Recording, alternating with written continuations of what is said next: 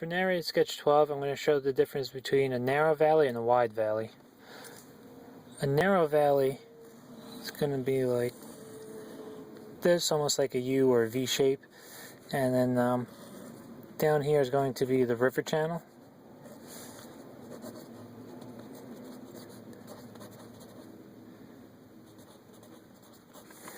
And the points up here and here are going to be what is the river valley.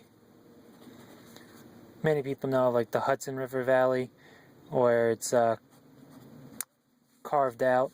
Like if you're standing on one side of the river valley and you're standing at the other, it looks like it just goes down for miles and miles, and that's basically what it does because the river carved out the rock around it. That's different than a wide river valley, because in a wide river valley it starts up like the other narrow river valley. It starts off at the top, goes down, and then you're going to see the levees form right here, which is those little bumps, and then it goes back up. The river channel is going to be in here, and this, what I was talking about earlier, is the levees. And whenever there's too much precipitation, the water eventually will flow out and cause just flooding throughout the area. And like the last one, the two highest elevations of the river valley. Start and the end of the river valley.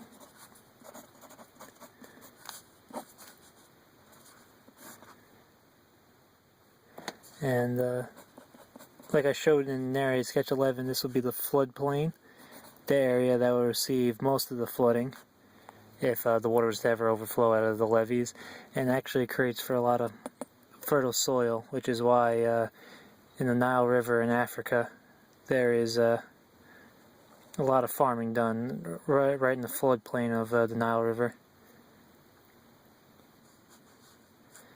Let me just make sure it's the river channel.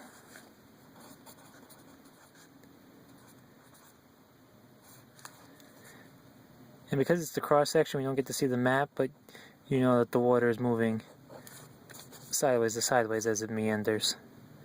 And that's Narrated Sketch 12 of a narrow valley and a wide valley.